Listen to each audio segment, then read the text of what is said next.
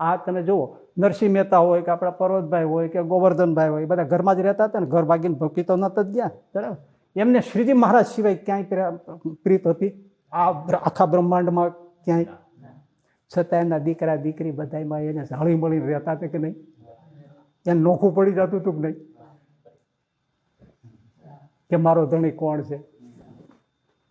નરસિંહ મહેતા બધા સાચું હતું, પણ એને એમાં આસક્તિ નહોતી, તેમ એ નફરત નહોતા કરતા, પ્રેમથી બધાને સાચવતા. પર્વતભાઈ પ્રેમથી સાચવતા, ગોવર્ધનભાઈ પ્રેમથી સાચવતા. સાચું છે, છતાં એને ક્યાંય પ્રીત નહોતી. ભગવાન પુરુષોત્તમમાં પ્રીત અનન્ય રાખવી અને આ સાચવવું, એને તો સમત્વમ યોગ મુચ્યતે. હે અર્જુન, આ સમતા રૂપી છે એ જ યોગ છે.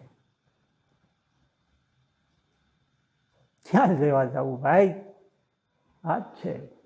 હા, એને એના પતિ જેવો ક્યાંય ન હોય, એ જ આ વચરાતમાં સાર કેવું છે.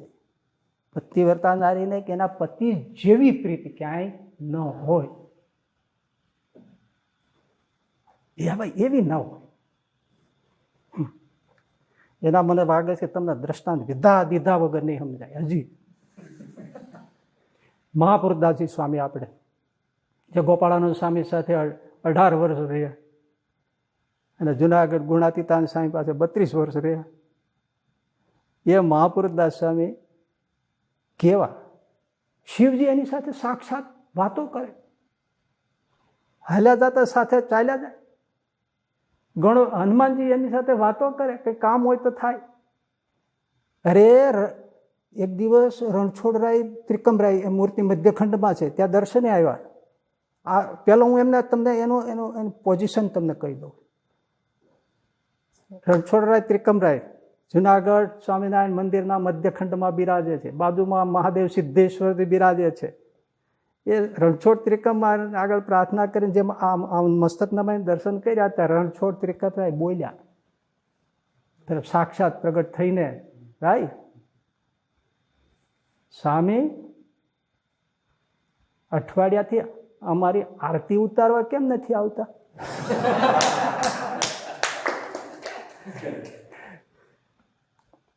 અરે મહારાજ, હું માંદો છું ને, મારાથી અવાતું નથી, આજે જરા સારો થયો ને એટલે હું દર્શને આવ્યો. સારું, વાંધો નહીં, પણ હવે આવજો. બોલો, હા હું આવીશ. આવતા તો અમે આવતા, પણ આ લાડ, દર્શન, ભાવ અને છતાં એની નિષ્ઠાનું દ્રષ્ટાંત આપું તમને. આ બધું છે છતાં તમે જો આ કે બોલા કે છે ને બધા કેમ નોખું કેમ પડે. મહાપુરદાસ સ્વામી કે હું ઘેરે હતો ત્યારે મેં વૈશાખ મહિનામાં તપ કર્યું. વૈશાખ મહિનો ગરમીનો, એ તપ કર્યો. લાંબુ થાય હું ટૂંકમાં કહું તો મહિનો પૂરો થયો પછી હું મારા આસને સૂતો હતો, ત્યાં તો સાક્ષાત બદ્રીપતિ નરનારાયણ પધાર્યા. મેં દર્શન કર્યું, થોડી વાતો થઈ, પ્રણામ કર્યા, નરનારાયણ જતા રહ્યા. બીજી રાત્રિએ હું જ્યાં સૂતો હતો બેઠો હતો ત્યાં વૈકુંઠધિપતિ વાસુદેવ નારાયણ આવ્યા. મને દર્શન થયા, પ્રણામ કર્યા, વાતો કરી, અદૃશ્ય થઈ ગયા. ત્રીજો દિવસો થયો, સાક્ષાત લક્ષ્મીનારાયણ દેવ એ પધાર્યા. આ પોતાના હાથે પ્રસંગ લખ્યો છે, પ્રસંગ નંબર 4 એમાં છે. લક્ષ્મીનારાયણ પધાર્યા, મેં દર્શન કર્યા, પ્રણામ કર્યા, થોડી વાતો કરી, અદૃશ્ય થઈ ગયા. ચોથી રાત્રિએ શ્રી કૃષ્ણ ભગવાન પધાર્યા, દર્શન થયા, પ્રણામ થયા, થોડી વાતો કરી, અદૃશ્ય થઈ ગયા. પાંચમી રાત્રે ભગવાન સ્વામિનારાયણ પધાર્યા, ઘેલા ઘેલા ઘેલા થઈ ગયા. મારો બાપલિયો આવ્યો, મારો બાપ આવ્યો, મારો બાપ આવ્યો, હાથ પકડ્યા, લાડ કર્યા. મહારાજ રાજી થયા, સ્વામી તમે બહુ તપ કર્યું એટલે અમે તમને દર્શન દેવા આવ્યા છે. વાહ મહારાજ, બહુ દયા કરી, બહુ દયા. આનંદ જોવો, નોખું પડી ગયું. છતાં એને કઈ નફરત છે? છતાં એને કઈ છોડી દીધું? એ ભાઈ, પ્રીત ન થવી અલગ વાત છે, નફરત થવી, નફરતથી છોડી દેવું અલગ વાત છે. આટલામાં સમજો. ભેળું રહેવું પ્રીત ન થવી એ કળા છે. સમત્વમ યોગ્ય ઉચ્ચતે. અને નફરત કરવી છોડી દેવું એ અલગ વાત છે. કેમ? તમે તો કોઈ ફોટો રાખે તો રાખવા નથી દેતા, કોઈ ભાગવત રાખતા નથી, ભાગવત સાંભળતા નથી, સાંભળવા દેતા નથી, સાંભળ્યાનો નિષેધ કરો છો, અવતારોની કોઈ કથા કરવા દેતા, કથા સાંભળતા નથી, પંચદેવમાંથી કોઈને પૂજતા નથી. આને શું કહેવાય? અને શ્રીજી મહારાજ અત્યારના 16માં હનુમાનજીનું દ્રષ્ટાંત મૂકીને તો કમાલ કરી છે. હનુમાનજીની ભક્તિ એક પતિવ્રતા ટેકની કહ્યું, એ જ હનુમાનજી મહારાજ શ્રી કૃષ્ણ ભગવાનને માને છે કે નહીં? ભાગવત વાંચ, મહાભારત જુઓ. ભગવાન સ્વામિનારાયણ સાથે કેટલા પ્રસંગો, એમણે નફરત કરી, એમણે છોડી દીધા. બે જ વાક્યો મારા છે. પ્રીત કરવી, પ્રીત ન થવા દેવી અલગ વાત છે, નફરત અને છોડી દેવું નફરતથી અલગ વાત છે. આ મહાપુરદાસ સ્વામી હનુમાનજીનું દ્રષ્ટાંત પર્યાપ્ત નથી પતિવ્રતાની ભક્તિને સમજવા માટે? और एक दिन सुन लो.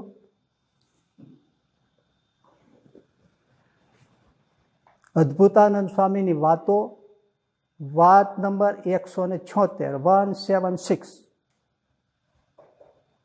એ અદ્ભુતાનંદ સ્વામીનો ગ્રંથ, પુસ્તક કુંડલથી પ્રકાશિત છે, બીજેથી પણ પ્રકાશિત છે, પણ એમાં થોડો ફેરફાર થઈ ગયો છે. એટલે આ કુંડળવાળા જ્ઞાન સ્વામીએ શું કર્યું કે અદ્ભુતાનંદ સ્વામીના હસ્તાક્ષરનો ફોટો છાપ્યો. જ્યાં ફેરફાર થયા હોય તેના ફોટા જ છાપ્યા મૂળ પ્રતમાંથી. આ જોઈ લો સ્વામીના, તમે જોજો, વાંચજો, તમને અદ્ભુતાનંદ સ્વામીના હસ્તાક્ષર વાંચવાનો, દર્શનનો, ધન્યતાનો અનુભવ થશે અને મૂળ વાત જાણવા મળશે. એટલે ફોટા જ આખા ફોટોકોપી કરીને છાપી દીધી, એના હસ્તાક્ષર, અદ્ભુતાનંદ સ્વામીનો અક્ષર આ તે બધું તમને સાથે. એમાં પ્રસંગ લખ્યો છે. આમ જાણીતો છે અને આખો કોઈ કહેતા નથી. શ્રીજી મહારાજ વડતાલમાં લક્ષ્મીનારાયણ દેવ પધરાવ્યા, રણછોડરાય છે એ તો પછી પધરાવ્યા છે, થોડા એક વખત પછી, પણ લક્ષ્મીનારાયણ પધરાવ્યા, વૃંદાવન વિહારી પધરાવ્યા, પોતાનું સ્વરૂપ હરિકૃષ્ણ મહારાજ પધરાવ્યા, ધર્મભક્તિ વાસુદેવ પધરાવ્યા. મુખ્ય મંદિર કોનું છે? કેમ કહેવાય? લક્ષ્મીનારાયણ દેવ. બરાબર છે. એ મંદિરને શ્રીજી મહારાજ રોજ સવારે ઉઠીને નિત્યકર્મ આ તે બધું કરીને 200 પ્રદક્ષિણા કરતા. બરાબર છે? 200 પ્રદક્ષિણા કરતા. સાથે સંતોય કરતા. મહારાજ કરતા હોય, શ્રીજી મહારાજ પોતે ભગવાન સ્વામિનારાયણ મંદિરને, વડતાલના મંદિરને આવી રીતે આ દેવોને પ્રદક્ષિણા કરતા હોય તો પોતે પણ સંતો બધા દોડે, મુક્તાનંદ સ્વામી બધા પાછળ દોડે તો એને પહોંચે, એવી રીતે બધા પ્રદક્ષિણા કરતા હતા. એમાં એક દિવસ મુક્તાનંદ સ્વામી, મહારાજ તો આ રોજ કરે,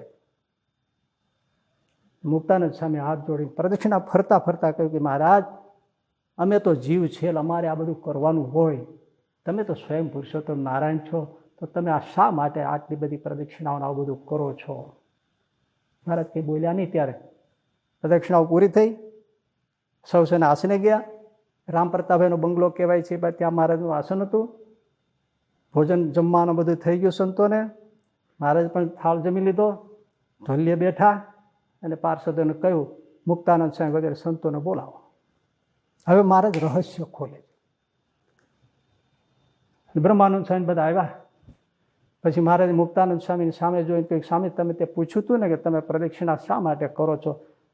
તો અમે તમને કહીએ, સાંભળો, અમે તમને ભગત બનાવવા માટે પ્રદક્ષિણા કરીએ છીએ. મુક્તાનંદ સ્વામી કે મહારાજ અમે ભગત નથી થયા, ભક્ત નથી થયા. તો કે થયા તો છો, પણ મારા વિના, મારા સિવાય તમે બીજા કોઈ અવતારો વગેરેને માનો નહીં તો શું? તમે ન માનો એટલે સર્વ જ્ઞાતિમાંથી કેટલાય હરિભક્તો થયા છે, એ કોઈ ન માને. માટે આ મૂર્તિઓને, મૂર્તિને નહીં, મૂર્તિઓને, મૂર્તિ લખ્યું હોત ને તો કે હરિકૃષ્ણ મહારાજનું લખ્યું છે. મૂર્તિઓને તમે માનો તો તમને જે જોડાયા છે, તમને વળગ્યા છે, એટલે જોડાયા છે તમારી સાથે, એ સંતો બધા માને ને એ સંતોને તમને જે જોડાયેલા વળગેલા હરિભક્તો છે એ બધા આ મૂર્તિઓને માને. એટલા માટે અમે પ્રદક્ષિણા કરીએ છીએ. કાંઈ બાકી રહ્યું? પછી બોલ્યા એ મહત્વનું 3 વાત, 3 શબ્દો કે આ એટલે કરીએ છીએ કે જેથી ઉપાસનાની પરંપરા રહે. બીજું, કલ્યાણનો માર્ગ ચાલુ રહે. ત્રીજું શું કર્યું? આ વાત કર્યા પછી એક શાલિગ્રામ લઈ અને બ્રહ્માનંદ સ્વામીને કહ્યું પૂજજો. આ ત્રીજું પ્રમાણ. બીજું કંઈ ન આપ્યું, શાલિગ્રામ આપ્યા, વિષ્ણુ સ્વરૂપ. લ્યો આને પૂજા કરજો. કાંઈ બાકી રહ્યું? અવતારોને, દેવોને, શાલિગ્રામોને, વિષ્ણુને બધાને માનવાની, શાસ્ત્રોને માનવાની શ્રીજી મહારાજ કેટલો દાખલો કરે છે ભાઈ. પણ શ્રીજી મહારાજનું જેને માનવું નથી પછી શું? નથી માનવું તો શું? દાખલો આપું શું થાય? શ્રીજી મહારાજ ગરડા હતા. મેથાણથી કાકાભાઈ પૂંજાભાઈ આવ્યા. મહારાજ એમને કહ્યું, બધા બેઠા જ હતા બધા, કાકાભાઈ, પૂંજાભાઈ, દુષ્કાળ પડશે માટે અનાજનો સંગ્રહ કરી લેજો. બહુ ભયંકર દુષ્કાળ પડશે. 69 કાળની વાત કરે છે. એટલે સંવત 1869 એને 69 કાળ કહેવાય છે. 69 કાળ પડશે, તમે અનાજ સંગ્રહ લેજો. હા મહારાજ, બહુ દયા કરી. વાત સાંભળજો ભાઈ, બહુ દયા કરી પ્રભુ. આ ગરડામાં અનાજ સસ્તું છે, અમે અહીંથી પણ ખરીદશું અને બીજેથી પણ ખરીદીએ છીએ. બસ પ્રભુ, તમે રાજી? બહુ રાજી ભાવ.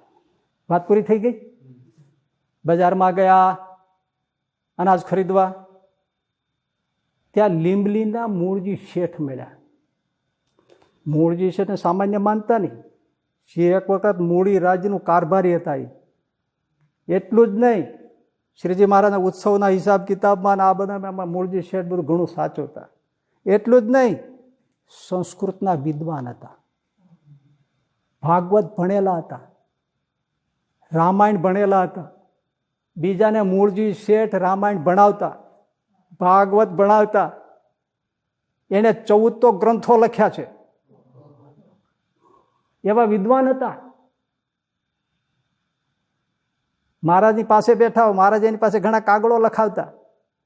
નજીકપણું કેટલું! એ મૂળજી શેઠે એમને શું કીધું? દરબારો, શ્રીજી મહારાજ તો સાધારણપણે એમ કહેતા હોય છે કે અંશ સંગ્રહ હોય તો સુખી થવાય, એટલે આ આજ્ઞાને સાધારણ આજ્ઞા માનવી, મુખ્ય આજ્ઞા ન માનવી. જો ભૂલ થાય છે, જોજો તમે. હરિલીલામૃતમાં 7મા કળશમાં 33, 34, 35 વિશ્રામમાં આ લખ્યું છે. અન્યત્ર પણ લખ્યું છે, પણ અહીંયા તમે વાંચી લેજો. બીજે મળે તો વાંચી લેજો. હું એમાંથી તમને કહું છું. મૂળજી શેઠે શું કર્યું? આપણને મૂળજી શેઠમાં શંકા થાય. શું કીધું જુઓ, ક્યાં કેમ ફાંટો પડે છે.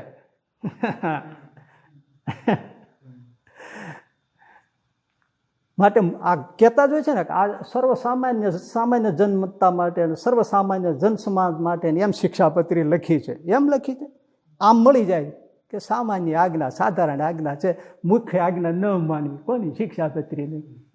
અમે કહીએ એ મુખ્ય માનવી. હા,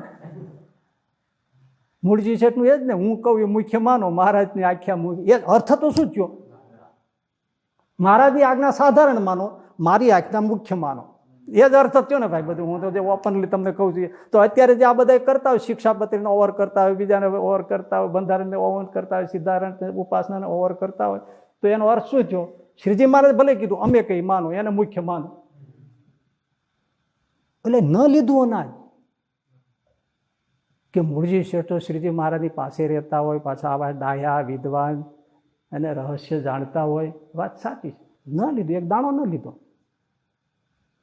આ ભૂલ થાય છે. આપણે શ્રીજી મહારાજનું નથી માનતા અને આ બીજું માનીએ છીએ. ઉતારે આવ્યા, સુઈ ગયા. રાતમાં પૂંજાબાઈ ને કાકાબાઈને ભયંકર 69 કાળના સ્વપ્ન દેખાણા. માણસો મરતા, પશુઓ મરતા, કાળી ચિત્કારીઓ કરતા, રુદન કરતા, સ્ત્રી પુરુષો મહિલાઓ બાળકો રોટી પાણી માટે રડતા, ટળવતા, મરતા. એ અમુક લોકો માણસનું માંસ ખાતા દેખ્યા. જાગી ગયા. ઓહો, આવો ભયંકર દુષ્કાળ. મૂળજી શેઠને તત્કાળ મળ્યા. શેઠ, અમને આવા સ્વપ્ન આવ્યા, બેયને આવ્યો. મૂળજી શેઠે શું કીધું? આ ફાંટાઓ કેમ પડે છે ને પોતાનું કેમ ચલાવે છે એ બધું આમાં તમને મળશે શીખવા. મૂળજી શેઠે શું કીધું? આપણે દિવસે જેનું ચિંતવન હોય ને એ સ્વપ્નમાં આવે, સ્વપ્ન સાચા ન મનાય. આ કોણ બોલી રહ્યા છે? મહારાજની નજીક રહેનારા મૂળજી શેઠ વિદ્વાન. આ ફાટાઓમાં આવું નથી થતું.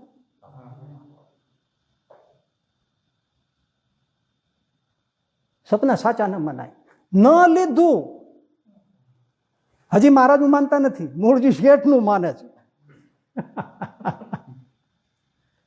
આપણે વિચારવું ભાઈ કોનું માનીએ છીએ.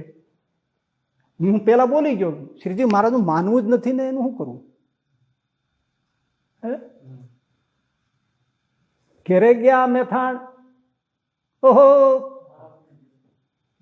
જીજીબાઈ એમના બેન સમાધિનિષ્ઠ. કેવા કે શ્રીજી મારે ક્યાંય દૂર હોય, જો મેથાણ બાજુ આવતા હોય તો સમાધિમાંથી એને ખબર પડે. જેટલા માણસો એ બધાને રસોડું તૈયાર કરે. જીજીભાઈ એમના સગા બેન હતા, પૂંજાભાઈના કાકાભાઈના. એમને વાત કરી, શ્રીજી મહારાજ આવું કીધું છે, ભયંકર દુષ્કાળ પડશે, માટે અન્નનો સંગ્રહ. ભાઈ, શ્રીજી મહારાજે કહ્યું છે ને તો અન્નનો સંગ્રહ કરજો જ, નહીં તો દુઃખી થશો. તોય માન્યું નહીં.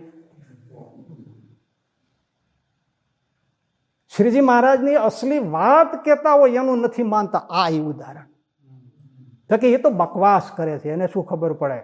અમે કેવા મોટાને સેવ્યા છીએ, તો મૂર્ખ છે, આજકાલનો આવ્યો છે, એને શું ખબર પડે? અરે ભાઈ, એવું નથી. અમે શ્રીજી મહારાજના સિદ્ધાંત માટે પેટ બાળીએ છીએ. જીજીબાઈ શું સલાહ દીધી એને? મહારાજે કીધું છે તો લેજો હો, નહીં તો દુઃખી થશો. સગી બેનનું ન માન્યું, સમાધિનિષ્ઠ જાણતા હતા, ન માન્યું, મૂળજી શેઠનું જ માન્યું. અને ભાઈ પછી જે દુઃખી થયા છે અને અન્ન ખૂટી ગયું, પછી જે રોય રડે, માથા પર છાડે, એક બાજુ મહારાજનો આજ્ઞાનો લોપ થયો, ક્યાં જવું, કોને કહું, આવું આપણું મોભો, આવું ક્યાં હાથ લાંબો કરવો, કેમ જીવાય, કેમ થાય? વાત ટૂંકમાં લઈ લઉં છું. પછી મહારાજે દયા કરીને પછી જેતલપુરથી રામદાસભાઈને કાગળ લખીને એમ કરીને એમને અનાજ અપાવ્યું, ત્યારે કાળ ઉતર્યા. દુઃખી કેવા થયા? મહારાજ ત્યાં આવ્યા છે ને અનાજ અપાવવાના બધી, ત્યારે શ્રીજી મહારાજ હરિલીલામૃતમાં કહે છે કે મને જગ કરતા માને છે, પણ મારું વચન લોપતા જરાય વિચાર કરતા નથી, માટે જે મારી આજ્ઞા લોપશે એને સુખ નહીં થાય. આ લખ્યું છે. પ્રભુ, બીજી વાત કરી દો.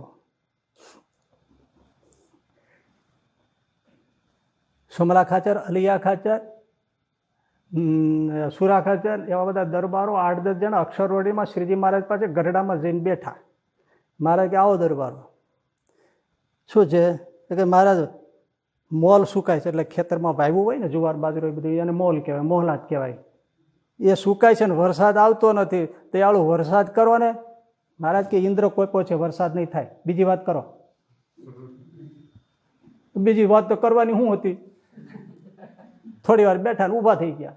ગોપાળાનંદ સામે આશાનું કિરણ, ત્યાં જઈને દંડવત કર્યા, વિલા મોઢા. ગોપાલ છે કે આવો દરબારું. શું છે? ગરડામાં જો સ્વામી મોલ સુકાય છે, જુવાર બાજરા બધું સુકાય છે, ને અમારે તો બધું એ જ છે, જે કયો એ વરસાદ થાય દયા કરો. શ્રીજી મહારાજ અહીંયા જ છે, ત્યાં જાઓ. તો કે ત્યાં ગયા હતા, પણ તો શું કીધું? ઇન્દ્રો કોઈ પછી વરસાદ નહીં થાય. સ્વામી આપ તો સમર્થ.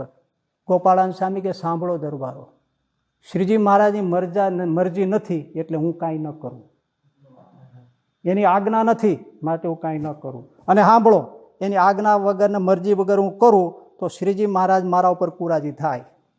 અને સાંભળો, શ્રીજી મહારાજની મરજીમાં રહેવાથી, આજ્ઞામાં રહેવાથી જ સુખ થાય, નહીતર દુઃખ, દુઃખ ને દુઃખ. દરબાર ઊભા થઈ જાય. પણ આ સિદ્ધાંત જોવો ગોપાળાનંદ સ્વામીનો. આપણે ગોપાળાનંદ સ્વામીનું સાંભળવું નથી, જેમ જીજીબાઈનું ઓલા સાંભળ્યું નહીં એમ. હું તમને વચ્ચે કહી દઉં, હું જે આ બધી વાત કહું છું ખરેખર છે મુમુક્ષુ બીજ હશે ને એને નાભી સુધી ઉતરી જાય છે આ વાતો, અને ન ઉતરે તો મુમુક્ષુમાં ખોટ ગણવી. આમાં શું એક ને બે જેવી વાત છે હે ને?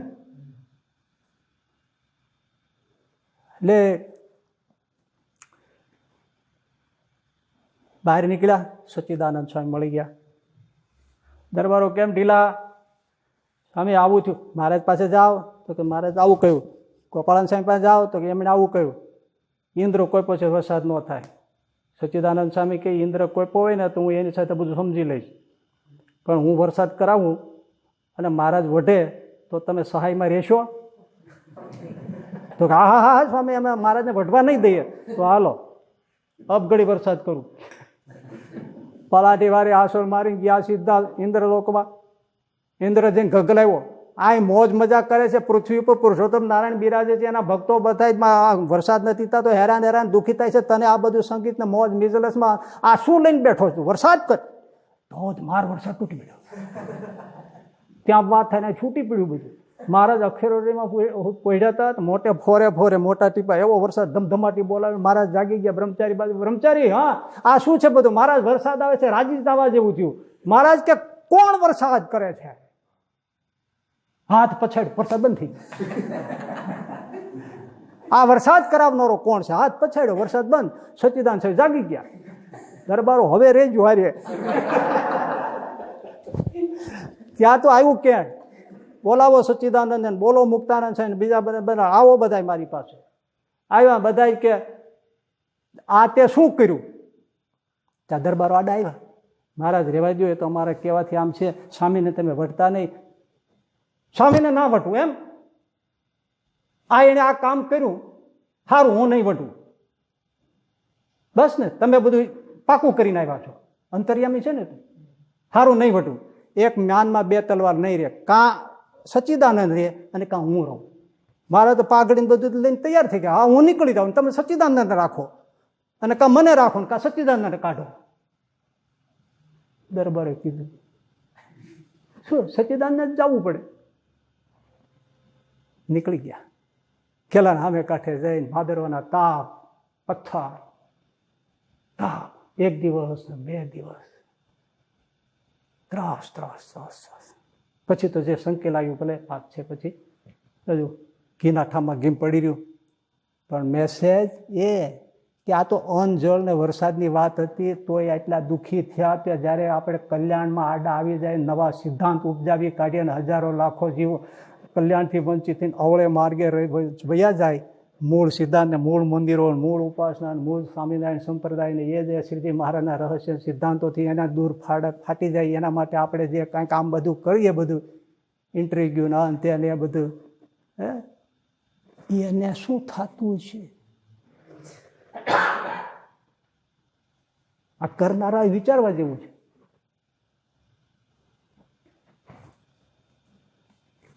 ભાઈ એટલે જ આ વાત છે.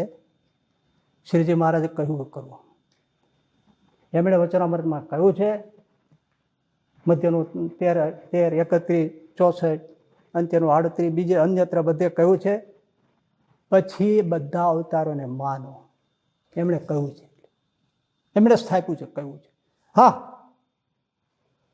એ પુરુષોત્તમ નારાયણના પ્રવેશથી માનો કે સત્તાથી માનો, તમારે જેમ માનવા માનો, પણ માનો. આ સમજનારા સમજી જાય છે. તમને એમાં કઈ ટપ્પો નહીં પડે. પણ એના છે સર્વ, માટે માનો. અને એના જેવી પુરુષોત્તમ નારાયણ આપણે ઈષ્ટદેવ, એના જેવી બીજે પ્રીતિ નહીં. એ જ સાર છે. અડધી વાત થઈ છે, અડધી થોડું બાકી. બીજો મુદ્દો એ પતિવ્રતાના વચન. બીજો કે મોટા મોટા જે મુક્ત સાધુ એમને વિશે પણ પ્રીતિ થાય જ નહીં. પણ પતિવ્રતાનું જ્યાં સમજાવ્યું ત્યાં શું કહ્યું? પોતાના પતિ જેવી, એના જેવી નહીં. બાકી તો સાધુમાં પ્રેમ કર્યા વગર કેમ ચાલે? ભક્તોમાં પ્રેમ કર્યા વગર કેમ ચાલે? એને તો સત્સંગ કહ્યો છે.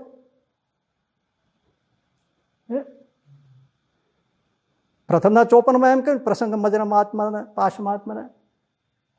સાધુમાં આવું હેત થાય તો એનો મોક્ષનો દરવાજો ખુલી જાય. પ્રીત ન કરવી એવું તો કાંઈ પ્રતિપાદન વચનામૃતમાં પાને પાને લખ્યું કે સાધુમાં હેત કરો, સાધુમાં પ્રેમ કરો, સાધુમાં આસક્તિ કરો. કેવી?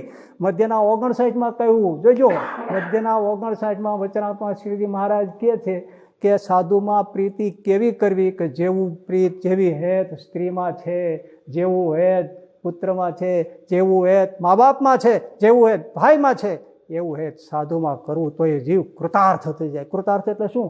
કરવાનું કાંઈ બાકી ન રહે અને કૃતાર્થ કહેવાય.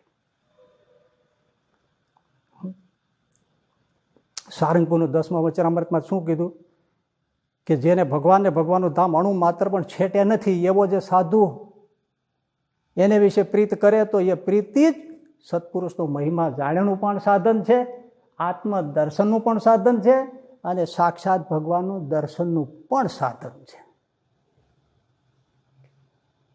એ વડતાલના 11માં કીધું.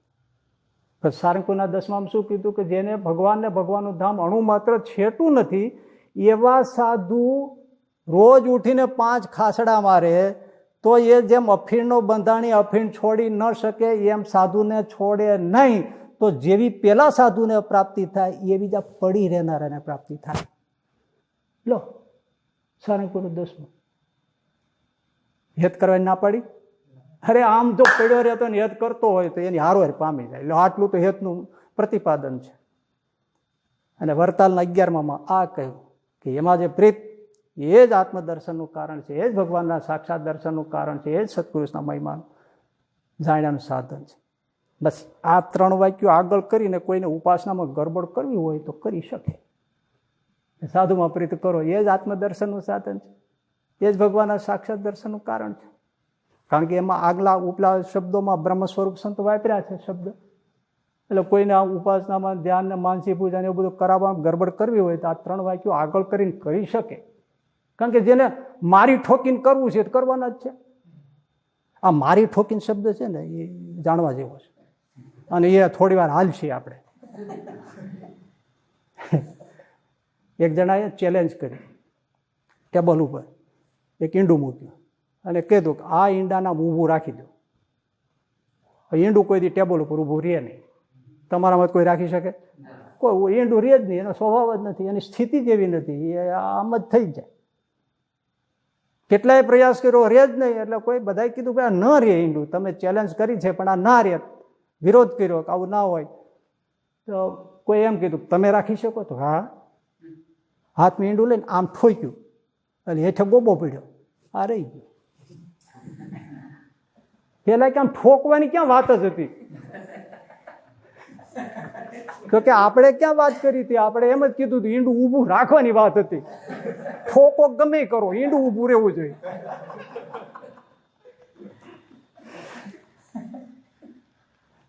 પણ એક વાત છે, ઈંડું ઊભું તો રહી જાય પણ ઈંડાનો આકાર બદલાઈ જાય. એમ તમે મારી ઠોકીને તમારે અક્ષર પુરુષોત્તમ ઉપાસના ચોંટાડવી હોય તો મારી ઠોકીને કરી શકો, પણ મૂળ સંપ્રદાયનો સિદ્ધાંત ઉપાસના આકાર બદલાઈ જાય. એ આકાર પ્રકાર બદલાઈ જાય. મૂર્તિનું તેજ કહીને તમે અક્ષરધામ ઠઠાડી દો એ બરાબર છે, પણ આકાર બદલાઈ જાય, સિદ્ધાંત બદલાઈ જાય, સંપ્રદાય બદલાઈ જાય. કારણ કે મારી ઠોકીને કર્યું છે. મારી ઠોકીને શબ્દ રાખજો યાદ. મારા ઉપર નારાજ ન થતા, પણ જે થયું છે બધું મારી ઠોકીને થયું છે. ઈંડું ઊભું રાખવું એટલે રાખવું. તમને બતાવું દ્રષ્ટાંત સાથે. એ અબજી બાપાશ્રીને નામે ઈશ્વરચરણદાસજી સ્વામીએ વચનામૃત રહસ્યાર્થ ગ્રંથ પુસ્તક તૈયાર કરીને છાપ્યું. સંમત 1982. કેટલસો અમદાવાદમાં વિરોધ થયો ઘણો, કાળુપુર મંદિરેથી બધે, છતાંય છપાયું છે તે થયું. એના પછી એક ઘટના બની. મૂળીના ધર્મ કિશોરદાસજી સ્વામી અમદાવાદમાં ઈશ્વરચરણદાસ સ્વામીને મળ્યા. અમદાવાદમાં સરસપુરમાં. આ જે હું પ્રસંગ કહી રહ્યો છું તમને, એ મણિનગર સંસ્થા તરફથી પ્રકાશિત ઈશ્વરચરણદાસજી સ્વામી એમણે મણિનગર સંસ્થા તરફથી પ્રકાશિત ઈશ્વરચરણદાસજીનું જીવન ચરિત્ર નામનું પુસ્તક લખ્યું છે. એના 441 પેજ ઉપર આ પ્રસંગ લખ્યો છે, જે હું તમને કહી રહ્યો છું. કોઈ જોવું હોય તો ત્યાં જોઈ શકે છે. એ ધર્મકિશોરદાસજી સ્વામીએ ઈશ્વરચંદ્રદાસ સ્વામીને વાત કરી કે હું છપૈયા ગયો હતો, એટલે પુરુષોત્તમ પ્રસાદજી મહારાજ પણ ત્યાં હતા, એટલે મેં વચનામૃત વાંચ્યું, પણ ત્યાંના જે લોકો મુમુક્ષુ હતા એને કોઈને સમજાયું નહીં, કારણ કે ગુજરાતીમાં હતું. તો જો વ્રજ ભાષામાં કે હિન્દી ભાષામાં આ વચનામૃત થાય તો બધા એ પ્રદેશના લોકો લાભ લઈ શકે. એટલે ઈશ્વરચંદ્રદાસજી સ્વામીએ કહ્યું કે તમે મૂળી જાઓ અને વ્રજ ભાષાનો કોઈ જાણકાર હોય એને સાથે રાખીને એક શબ્દ બરાબર પકડજો. વ્રજ ભાષાનો જાણકાર હોય તેને સાથે રાખીને તમે વચનામૃતનું વ્રજ ભાષામાં ભાષાંતર શરૂ કરો. શું શરૂ? એમણે પછી પાલનપુરના રાજકવિ લાખાજી હતા, એમના પુત્ર હમીરદાન એ મળ્યા, શોધ્યા, મળી ગયા, અને પછી એમને આ કામ સોંપ્યું ને એમણે કામ શરૂ કર્યું. સંમત 1988માં ઈશ્વરચંદ્રદાસ સ્વામી વસંત પંચમીના ઉત્સવ ઉપર મૂળી ગયા, ત્યારે ધર્મકિશોર સ્વામીએ અને આ હમીરદાન કવિએ વચનામૃતનો થોડોક ભાગ લખ્યો હતો, એ એમણે એમને બતાવ્યો. લખાતું તું ક્યાં ગ્રંથ પુસ્તકને આધારે લખાતું છે? કયો વચનામૃત લખાય છે વ્રજ ભાષામાં? કયા પ્રતને આધારે લખાતું છે? અમદાવાદ કે પાછળનો જે પ્રત છે એના આધારે? વચનામૃત રહસ્યમાં ફેરફાર સાથે જે વચનામૃતો છે, આપણે જાણો છો તમે, જ્યાં જે 64માં નામાં તે 55ના પહેલામાં એમાં જે બધી ફેરફાર થયા છે એ પ્રતમાં રહસ્યાર્થની, એ પ્રતનું જ કરે ને, એમનું જ કર્યું. થોડો ભાગ બતાવ્યો, ઈશ્વરચંદ્ર જોયો અને પછી કહ્યું કે કામ સરસ થાય છે, આગળ શરૂ રાખો, પૂરું કરો. 4 વર્ષની મહેનતે સંમત 1992માં કામ પૂરું થયું અને પુસ્તક પ્રકાશિત થયું, વ્રજ ભાષામાં વચનામૃત. બરાબર. મારો પહેલો પ્રશ્ન, એક દોહા છંદ ચોપાઈમાં છે, તો વચનામૃતને સીધું હિન્દીમાં ભાષાંતર કરીએ તો સમજવું સરળ પડે કે એને કાવ્યાત્મક દોહા છંદ ચોપાઈમાં કરીએ તો સમજવું સહેલું પડે? श्री जी महाराज ने पूछा सब साधन में सबसे कठिन साधन क्या है? बाद में श्री जी महाराज ने कहा भगवान के स्वरूप में मन को अखंड वृत्ति को रखना यही सबसे कठिन साधन है. आप करो तो થાય. હવે તમે એને કાવ્ય કરી નાખો તો હેલું થાય, કઠિન થાય. વિશ્વેશ સૌ સકળ વિશ્વતના વિધાતા ત્રાતા તમે સકલ મંગલ શાંતિ દાતા, માટે તમારું કરુણાનિધિ સત્ય નામ સાષ્ટાંગનાથ તમને કરું હું પ્રણામ. કરો અર્થ કેટલા આવડે છે? સંત સમાગમ કી જય હો નિષદિન સંત સમાગમ કી જય. માનતજી સંતન ક્યાં શું છે? માનતજી સંતન કે મુખ से प्रेम सुधारस पीवो, अंतर कपट को मेट के अपने ले उनको मन दीजे. संत समागम कीजे भव दुख टले बड़े सब दुष्कृत सब विधि कारज सीजे. संत समागम निश्चिन कीजे. ब्रह्मानंद कहे संत की सोबत जन्म सुफल करी लीजे. करावो अर्थ કેટલા સમજે છે? आओ पशु गणता नर गड़ो भूला सिंह ने पूछ, तुलसी हरि की भक्ति बीनु दिक दादी ने दिक मूछ. મેં આ બધા પાસે આ અર્થ કરાવ્યા તો તમે દાંત કાઢી કાઢીને ગોટા વળી જાઓ એવા અર્થ નીકળ્યા. એક સામાન્ય કીર્તનના અર્થ નથી થતા. ગુજરાતીમાં જાણીએ છીએ તોય જે ગમે જગદગુરુ દેવ જગદીશને તેતણો ખરખરો ફોકો કરવો, આપણો ચિંતવ્યો અર્થ કઈ નવસરે અંતરે એવું એક ઉદ્વેગ ધરવો. કરો અર્થ. કઠણ થાય, ખેલું થાય, દોહા ચોપાઈમાં કરીએ તો એમણે આવું શું કામ કર્યું?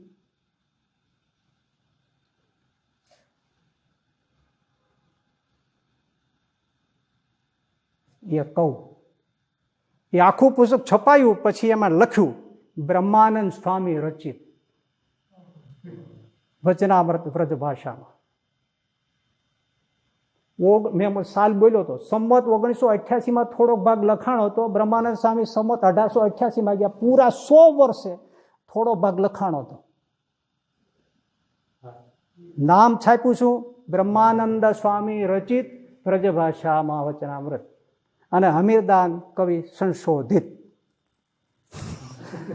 આ જૂઠ નથી? હવે મારા એક બે પ્રશ્નો છે. એ શું કામ કર્યું એને? પહેલું કે એમણે વર્ષો પછી બતાવવાનું છે અમારી જે આ ફેરફાર કરેલી પ્રત છે ઓથેન્ટિક છે. જો બ્રહ્માનંદ સ્વામીએ પણ આ લખ્યું છે. સમજાઈ ગયું તમને? એણે હિન્દીમાં કરી નાખ્યું હોત તો એવો કઈ આધાર ન મળે. પણ બ્રહ્માનંદ સ્વામીને તમે નામે છાપ્યું એટલે હવે વર્ષો પછી એ પ્રત આવે ત્યારે કંઈક અહીં જો આ ઓથેન્ટિસિટી પ્રાપ્ત કરવા માટે, પ્રામાણિકતા સિદ્ધ કરવા માટે એમણે આ કર્યું. સમજાય છે? નાના બાળકને પણ આ સમજાય છે એ વાત. 100 વર્ષ પછી બ્રહ્માનંદ સ્વામી સાહિત્ય સેવામાં ક્યાંય વચનામૃત વ્રજભાષાનું નામ નથી.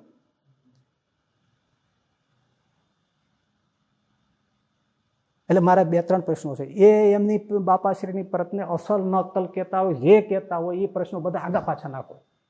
કારણ કે હવનો તો કહેતા જ હોય આ અસલ છે આ મૂળ છે. બરાબર? મારા 2-3 પ્રશ્નોનો જવાબ છે માગીએ. પહેલું, જો આ પ્રત અસલ હોય તો બ્રહ્માનંદ સ્વામીના નામે છાપવાનું આવું ખોટું કામ કરવું શું કામ પડ્યું? પહેલો પ્રશ્ન છે. 100 વર્ષ પછી આવું શું જરૂર પડી? બ્રહ્માનંદ સ્વામી નામે શું કામ કર્યું? બીજું, હરિવાક્ય સુધા સિંધુ એટલે વચનામૃતનો સંસ્કૃત શ્લોકમાં ભાષાબદ્ધ શતાનંદ સ્વામીએ કરેલું એ વખતે મહારાજ ગયા પછી, શ્રીજી મહારાજ ગયા પછી મેં તમને કહ્યું કે આમ એને અડીએ તો પાના ફાટી જાય એવી પ્રતમાં જોઈને કહું છું કે 55નું વચનામૃત હોય, પ્રથમનું 64મું શરીરનું આત્માના અક્ષરના શરીરનું હોય, શરીરનું, એવા બધા જ્યાં જ્યાં ફેરફાર થયા છે એવા બધા વચનામૃતો અને બીજું જે તે ફેરફાર કરીને હરિવાક્ય સુધા સિંધુ શતાનંદ સ્વામીએ કરેલું એમના સંસ્કૃત શ્લોકો એને ફેરફાર કરીને તે જ મૂર્તિનું તે જ અક્ષર છે એવા શ્લોક બનાવીને રહસ્યાર્થ વચનામૃતમાં પરથારા સહિત બીજે ત્રીજે મૂકવાની જરૂર શું પડી? તમારો સિદ્ધાંત સાચો હતો તો આવો ફેરફાર શું કામ કરવો પડ્યો? તમે સાચા હતા તો બધાને સમજાયું છે. ત્રીજો કે તમે કહો છો મૂર્તિનું તે જ એ જ અક્ષરધામ છે તો એ વચનામૃતમાં, હરિલીલામૃતમાં, સત્સંગી ભૂષણમાં, સત્સંગી જીવનમાં, ગોપાળાનંદ સ્વામી વાતોમાં, ગુણાતીતાનંદ સ્વામીની વાતોમાં, ભક્ત ચિંતામણીમાં કે જેટલા 100 મેની સ્ક્રિપ્ચર્સ ક્યાંય સિદ્ધ કેમ નથી થતું?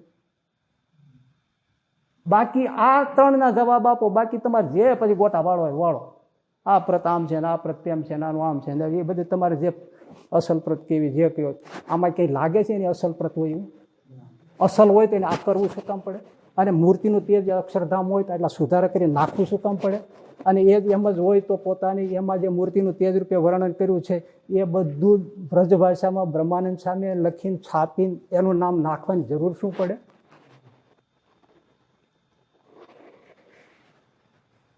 ભાઈ આને કહેવાય મારી ઠોકીને. મારી ઠોકીને કર્યું કહેવાય. દુઃખની વાત તો એ છે કે ઈસવીસન 2020માં મૂળ સંપ્રદાય સાથે જોડાયેલી સંસ્થાએ આ વચનામૃત સ્થાપ્યું. બ્રહ્માનંદ સ્વામી વ્રજભાષાનું મૂળ સંપ્રદાયની એક સંસ્થા જોડાયેલી, વડતાલ સાથે જોડાયેલી સંસ્થાએ છાપ્યું. હવે એમ માની લઈએ કે એને બ્રહ્માનંદ સ્વામીના મહિમામાં છાપ્યું હોય છે અને કદાચ એની અંદર આ ફેરફારો એ ન જોઈએ, બીજું કંઈક કારણ હોય તો ખબર નથી, પણ આ ફેરફારો નહીં જોયા હોય પણ બ્રહ્માનંદ સ્વામીની મહિમા વધારવા માટે એમ ચાલે છાપો એમ છાપ્યું. બીજું કોઈ કારણ હોય તો એ જાણે, શ્રીજી મહારાજ જાણે. પણ તમે સમજ્યા કેવડું મોટું નુકસાન થઈ ગયું?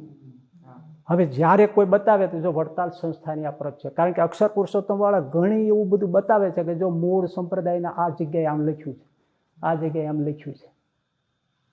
હવે વર્ષો પછી બતાવશે ને કે વડતાલની સંસ્થાએ સ્થાપ્યું છે.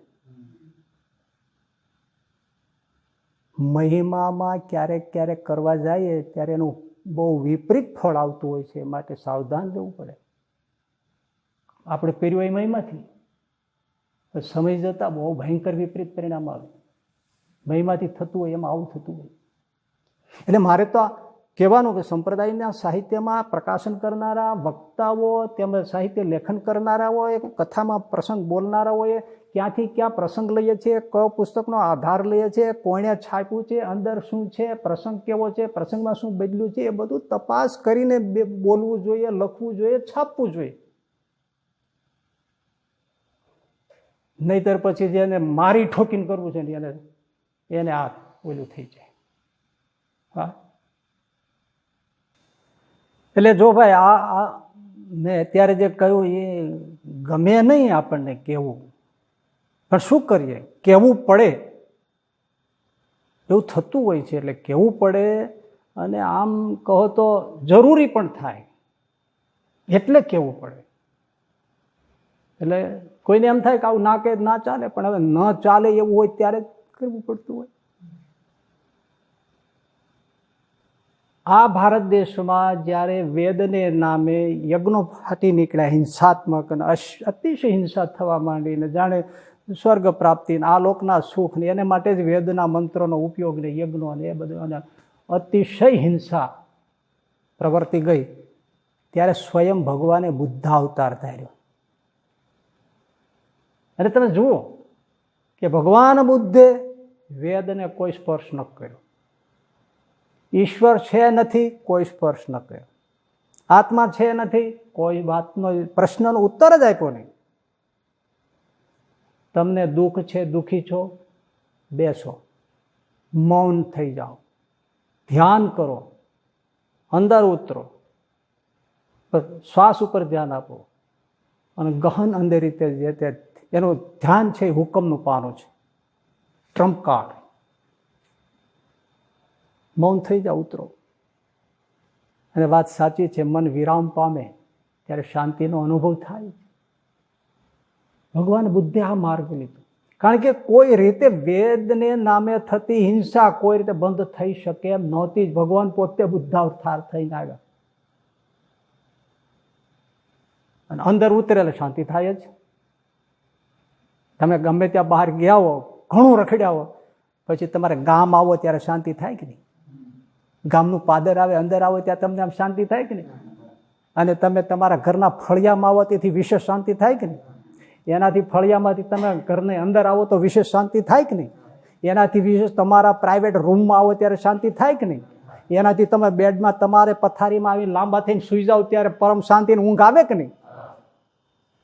અંદર ઓરડા છે, આપણું નિવાસ નગર છે, અંદર પાછા ફરો, એનાથી જાઓ, એનાથી અંદર ઉતરો.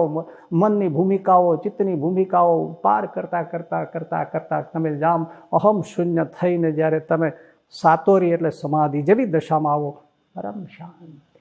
ભગવાન બુદ્ધે આ માર્ગ લીધો. વેદ નામે હિંસા બંધ થઈ ગઈ. ભગવાન બુદ્ધ કામ કરીને ચાલ્યા ગયા.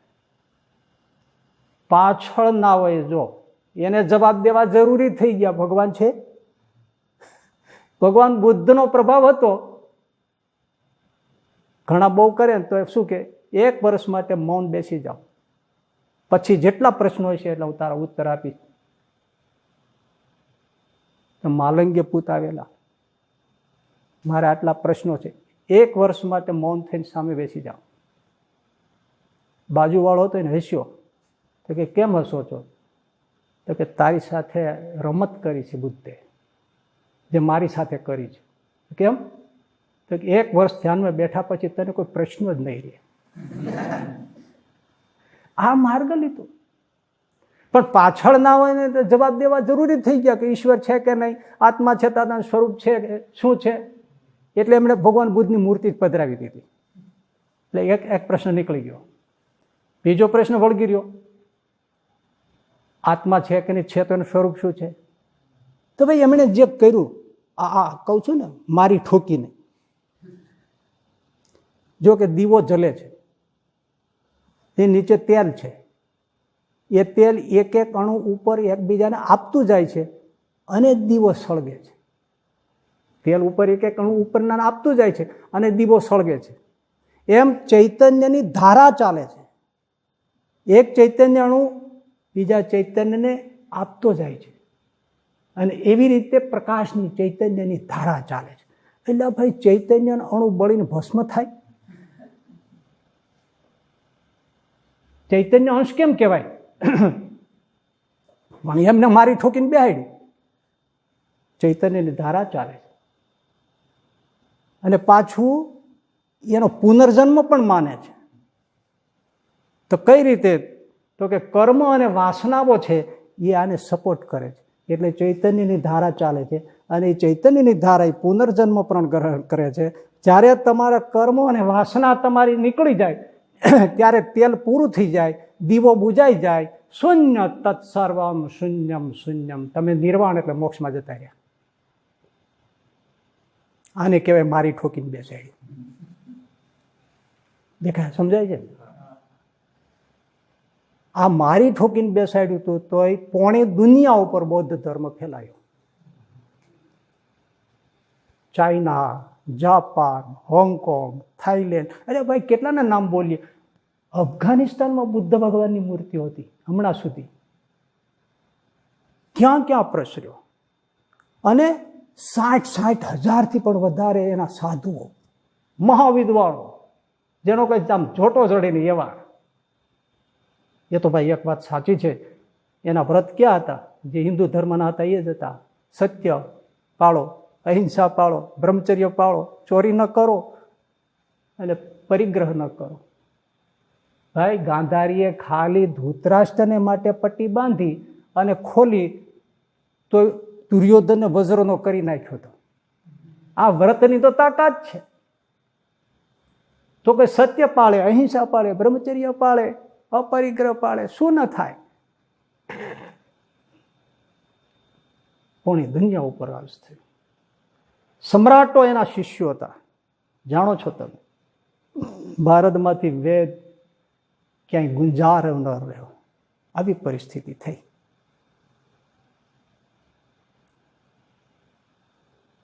હું એક જ પ્રશ્ન કરું, બૌદ્ધ ધર્મ આટલો ફેલાઈ ગયો એટલે હું સત્ય હતો?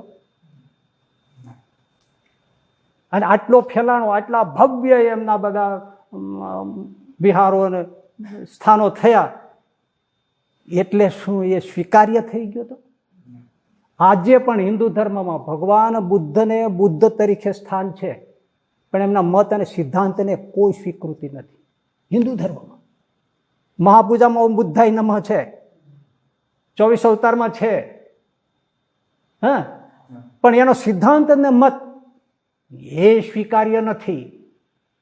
કેમ? વેદ વિરુદ્ધ છે. આ કમાલ દેખો, વેદ ઉપનિષદ ભાગવત પુરાણાથી વિરુદ્ધ છે. ભગવાન બુદ્ધ સ્વીકાર્ય છે, એનો સિદ્ધાંત અને મત સ્વીકાર્ય નથી. કેટલા ફેલાય છે વિશ્વમાં, કેટલા ભવ્ય મંદિરો બંધાય છે, અને કેટલી મોટી મોટી પ્રતિષ્ઠિત હસ્તીઓ આપણા આશ્રિત થાય છે, અને કેટલા પેલા ફોલોઅર્સ થઈ જાય છે, એનાથી કોઈ મત સ્વીકાર્ય થઈ જતો નથી અને સત્ય થઈ જતો નથી. ખોટું એ ખોટું. કુમારીલ ભટ્ટ અને શંકરાચાર્ય આવીને એને ઉખેડવો પડ્યો કે નહીં? ફેલાયેલો હતો એટલે સ્વીકાર્ય હતો? ફેલાયેલો હતો એટલે સાચો હતો?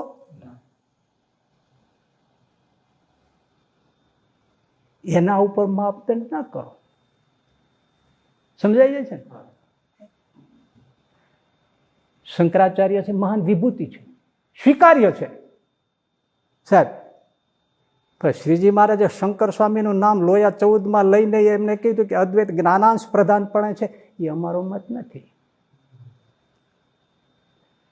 શંકરાચાર્યનો જીવો બ્રહ્મેવના પર, જીવ એ જ બ્રહ્મ છે, અને બ્રહ્મ છે એ સર્વત્ર નિરાકાર છે. મહારાજે સતત વચરામૃતમાં નિરાકારનું ખંડન કર્યું છે. કેમ કરવું પડે? કર્યા વગર છૂટકો નથી, હું એ કહેવા માંગુ છું. હે ને?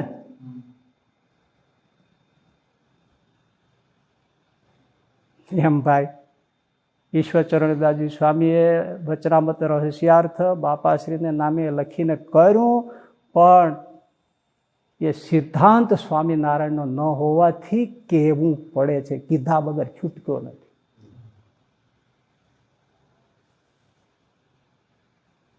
અને એક વસ્તુ યાદ રાખજો, ઘણું બધું ખોટું મહાપુરુષોના ઓથે જ થયું છે.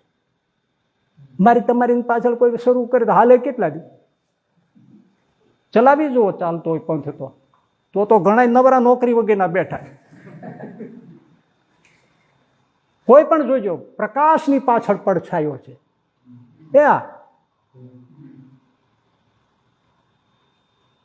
વાઇડ વગર વેલો વધે નહીં. આ બહુ સમજવા જેવું છે મર્મમાં. એટલે જે એમણે રહસ્યાર્થ લખ્યો, પણ એમના મૂર્તિનું તે જે ધામ છે એ સિદ્ધ થતું નથી. એમણે જે અવતારોને કાઢી નાખ્યા એ સિદ્ધ થતું નથી. પંચદેવોને કાઢી નાખ્યા એ સિદ્ધ થતું નથી. હિન્દુ ધર્મના શાસ્ત્રો કાઢી નાખ્યા એ ક્યાંય આપણા આખા સત્સંગના સાહિત્યમાં સિદ્ધ થતું નથી. ભાઈ એક ન હોય તો ઠીક, ક્યાંય સિદ્ધ થતું નથી. 5 ભેદ કયા છે ને શ્રીજી મહારાજે કહ્યું, 5 ભેદ અનાદિ છે. 5 ભેદ, ભેદ કોને કહેવાય?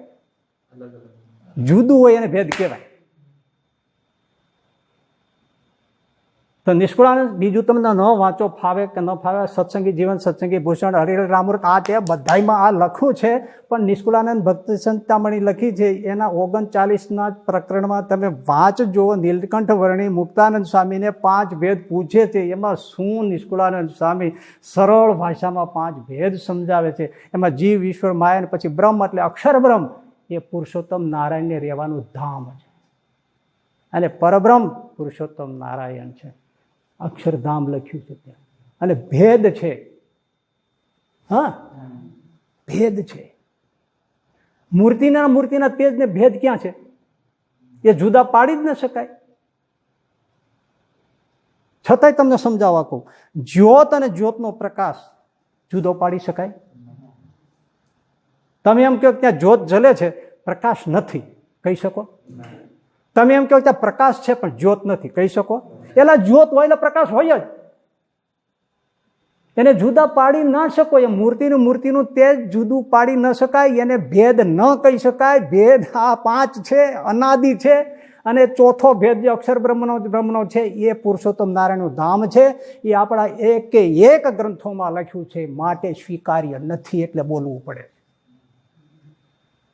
મારી ઠોકીને કરો તો વાંધો નથી.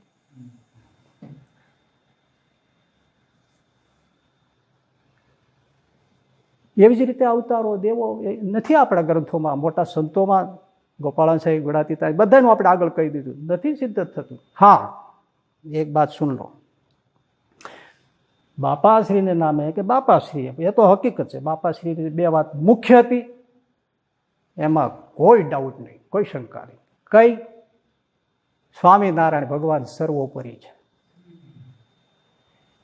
એ વચનાબદ્ધ રહસ્યમાં કે બીજે જ્યાં ત્યાં લખ્યું હોય એ સ્વીકાર્ય છે. જેટલું છે સ્વીકારીએ, આપણે સ્વીકારીએ. એમ તો ભગવાન બુદ્ધમાંથી ઘણા જગતના નાશવંતપણાના ઉપદેશો એ સ્વીકાર્ય છે. એમણે આટલી સમૃદ્ધિ રાજ સમ્રાટ હતા, એ છોડીને નીકળી ગયા, એ કઈ ઓછું પ્રેરણાદાયી છે? એક યુવરાજ નીકળી જાય આવી રીતે, હે? સ્વીકાર્ય છે, સ્વીકાર્ય છે. સર્વોપરીપણું જે છે બાપાશ્રીનું એ સ્વીકાર્ય છે. શા માટે સ્વીકાર્ય છે? એમાં એમણે રહસ્યાર્થમાં મૂળ પુરુષ અને પ્રધાન પુરુષને નિર્દેશ કરીને, હું સમજીને 2 નામ આપું છું, મૂળ પુરુષ અને પ્રધાન પુરુષને નિર્દેશ કરીને જે સર્વોપરીપણું સમજાવ્યું છે એ ગોપાળાનંદ સ્વામીની વાતોમાં પણ છે, ગુણાતીતાનંદ સ્વામીની વાતોમાં પણ છે, હરિચરિત્ર ચિંતામણીમાં પણ છે, લોયામાં નિત્યાનંદ સ્વામી, મુક્તાનંદ સ્વામી, શ્રીજી મહારાજના સંવાદમાં પણ છે, સત્સંગી જીવન ગ્રંથ લખવાના પ્રસંગમાં કેમ લખવો એના પ્રસંગમાં પણ છે, ભાઈ હરિલીલા મૃતમાં પણ છે, ગોપાળાનંદ સ્વામી, ગુણાતીતાનંદ સ્વામી કહ્યું વચનામૃતમાં પણ છે. હો ભાઈ, એ મૂળ પુરુષ અને પ્રધાન પુરુષને નિર્દેશ કરીને જે સર્વોપરીપણું વચનામૃત રહસ્યાર્થમાં લખાયું છે, બાપાશ્રીએ કહ્યું છે, એ ભાગવતમાં પણ છે. જડવું જોઈએ. એટલે હું કહું છું, એ સ્વીકાર્ય છે, કસોટીનો પથ્થર છે, એ સ્વીકાર્ય છે, ક્યાં ના છે. અને ભાઈ સર્વોપરી પણ શ્રીમદ ભગવદ્ ગીતામાં પણ છે, જડે નહીં. આપણા સંપ્રદાયના એક વિદ્વાન હતા ને, અમે બેઠા હતા, સર્વોપરીની વાત નીકળી. મેં કીધું ગીતાનું આ જગ્યાએ ખોલો. ખોલ્યું, વાંચો. વિદ્વાન હતા, એ વાંચ્યું, આમ થઈ ગયા. ઓહ, इसमें तो लिखा है. મેં કીધું વેદ વ્યાસ ભૂલ ન કરે, હવે ગીતા બંધ કરી દો. છે 8 શાસ્ત્રોમાં છે, આપણા સંપ્રદાયના શાસ્ત્રોમાં છે. એટલે એ મૂળ પુરુષ અને પ્રધાન પુરુષનો નિર્દેશ કરીને જે સર્વોપરીપણું કહે છે એ સ્વીકાર્ય છે. બીજું, મૂર્તિમાં જોડાવ. બાપાશ્રીનો મૂળ સિદ્ધાંત. ગમે એટલું કરશો, મૂર્તિમાં ન જોડાણા તો માળે નથી આવ્યા, ખીલે નથી આવ્યા. એ વાત સાચી છે અને સ્વીકાર્ય છે.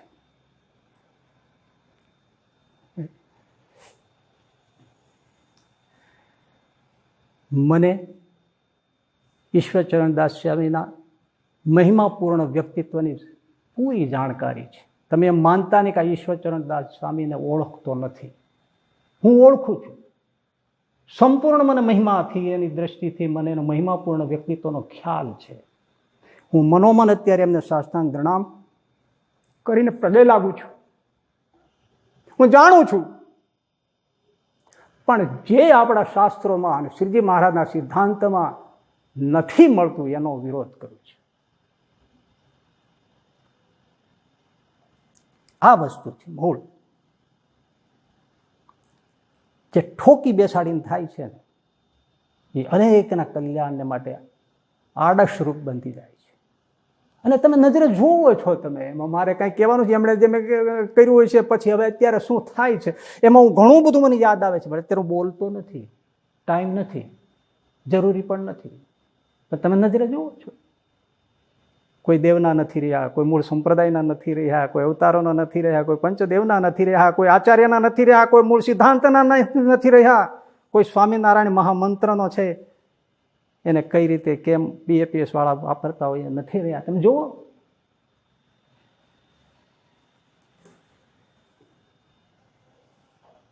સ્વામિનારાયણ ભગવાન આ કરવા આપ્યા હતા. ભક્ત ચિંતામણીનું 160મું પ્રકટ તમે વાંચી લેજો. મહારાજે શું શું કર્યું એ બધું નિષ્કળાનંદ સ્વામી લખ્યું છે. અને છેલ્લે મહારાજ એમ બોલે છે કે હું જે કરવા આવ્યો હતો એ મેં બધું કરી લીધું છે, કરવા રાખ્યું નથી રજ રે. એક રજ મેં બાકી રાખ્યું નથી. તો આ નીકળ્યું ક્યાંથી? આ તો શ્રીજી મહારાજ ખુદ એમ કહે છે કે મેં એક રજ કરવા બાકી રાખ્યું ને. રજ એટલે પતી ગયું ને. તો આ તો મોટા ભોપેન્દ્ર નીકળ્યા, બધા કાઢવામાં આવ્યા. સમજાય જાય છે ને? મહારાજ તો બધું પૂરું કરી ગયા છે. એટલે જે થાય છે ખોટું થાય છે. વાત ચાલતી હતી વરતાલના 11મી કે સાધુમાં પ્રીતિ કરે તો એ જ સંતનો મહિમા જાણ્યાનું, આત્મદર્શનનું અને ભગવાનના સાક્ષાત્કાર દર્શનનું કારણ છે. આ 3 વાક્યોને આગળ ધરીને કોઈને ઠોકી બેસાડવું હોય તો ઠોકી બેસાડે કે અહીંયા ધ્યાન ને માનસીનું બ્રહ્મ સ્વરૂપ સંતનું નામ ત્યાં બધું છે, પણ એ નથી. અહીંયા શું કહ્યું છે એ તમે જોઈ લો.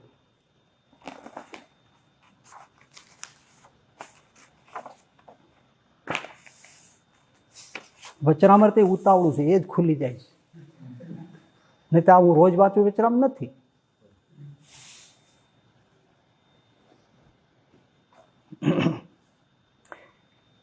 પછી શ્રીજી મહારાજે દીનાનાથ ભટ્ટ તથા મુનિ મંડળ સમસ્ત પ્રત્યે પ્રશ્ન પૂછ્યો છે. બ્રહ્મ સ્વરૂપ એવા જે સત્પુરુષ તે તો 3 શરીર અને 3 અવસ્થા તે થકી પર વર્તતા હોય, અને 14 ઇન્દ્રિયોની ક્રિયા તે પોતાની વિશે એકે માનતા ન હોય તેને અજ્ઞાની જીવ છે તે ઓળખી શકે નહીં. અને જ્યારે એને મોટા પુરુષના સરખી સ્થિતિ થાય ત્યારે એ મોટા પુરુષ જેમ વર્તે છે તે સત્ય મનાય.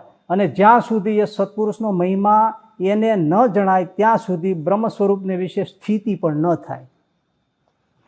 અને આત્માને વિશે સ્થિતિ થયા વિના સત્પુરુષનો મહિમા પણ ન જણાય.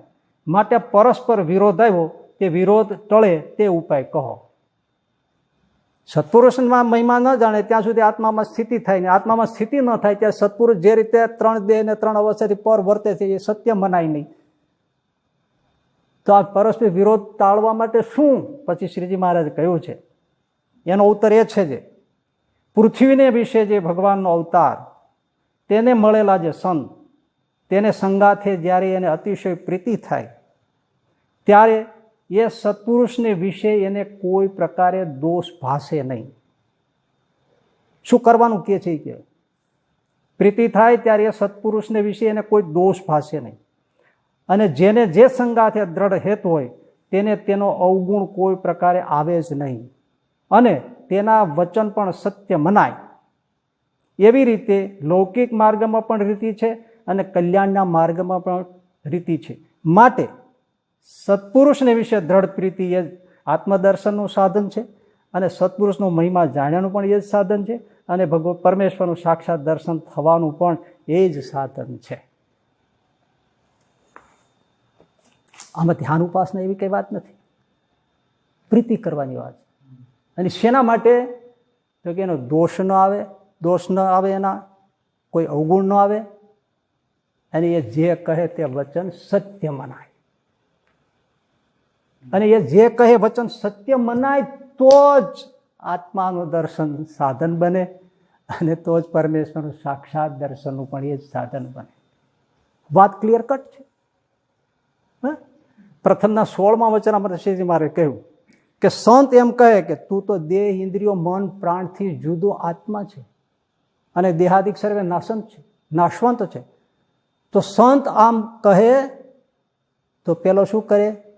આત્મા રૂપે વર્તે. સંતના વચનને માનીને આત્મા રૂપે વર્તે. જો માનીને, સંતના વચન માનીને આત્મા રૂપે વર્તે. પોતે આત્મા રૂપે વર્તે પણ મનના ઘાટ ભેળો ભળી જાય નહીં. પરિણામ આવે દેહાદિક સર્વે અસત્ય થઈ જાય, મનના ગાઢ બેળો ભળે નહીં અને આત્મા રૂપે વર્તે. ત્યારે આ થાય, આત્મદર્શન થાય, પરમેશ્વર દર્શન થાય. જો સંતના વચન આમ મનાય, ક્યારે મનાય? પ્રીતિ હોય તો મનાય. અને જો મનાય તો આ બધું ખોટું થઈ નીકળી જાય અને આત્મા રૂપે વર્તે અને મનના ઘાટ બેળો ભળે નહીં. અર્થાત એ તો આત્મરૂપ થઈ ગયું. આત્મસ્થિતિનો પામ્યો પછી તો મોટા સંત જેમ વર્તે છે એ પણ સત્ય મનાય અને આત્માનું દર્શન પણ થાય, પરમેશ્વરનું પણ સાક્ષાત દર્શન થાય. બાત સમજમાં આવી? અવદાતાનંદ સ્વામી, ભગવાન સ્વામિનારાયણ વખતના સંત, એ અમદાવાદ દેશના રહેતા, ચરાડવા ગામે ગયા. અને ચરાડવામાં શ્રીજી મહારાજના પુરુષોત્તમપણાની, ભગવાનપણાની બધી વાતો કરે. ત્યાં એક વિભાજીત દરબાર હતા, રાજરાના કારભારી હતા, ચતુર અને બુદ્ધિશાળી હતા. કારભારી જતા તો ચતુર તો હોય નહીં તો રાજમાં કોણ રાખે ભાઈ? એ સ્વામીને યોગમાં આવ્યા. એક દિવસ 2 દિવસ એમ સ્વામીને વાતો સાંભળવા માંડ્યા. બહુ ચતુર, બહુ બુદ્ધિશાળી, સત્સંગી થયા, વિધિવત વર્તમાન ધારણ કરી, ભજન કરતા થયા, પૂજા કરતા થયા. સ્વામીની કથા સાંભળે. ભાઈ, સ્વામીની વાતોમાં આવે કે આ દેહાદિક, આ લોક, આ વસ્તુ, આ ધન, આ દોલત, આ પદાર્થો, આ બધું નાશવંત છે. એક આત્મા અને પરમાત્મા અને ભગવાનના એવા સંતો, એ જ પરમ સત્ય છે, એ જ કલ્યાણનો માર્ગ છે. આપણે મરીને ત્યાં જ રહેવાનું છે. એ સુખનો નિધિ છે, સુખનો સાગર છે. વાતો સાંભળતા સાંભળતા વિભાજી દરબાર દેહથી પર થઈ ગયા.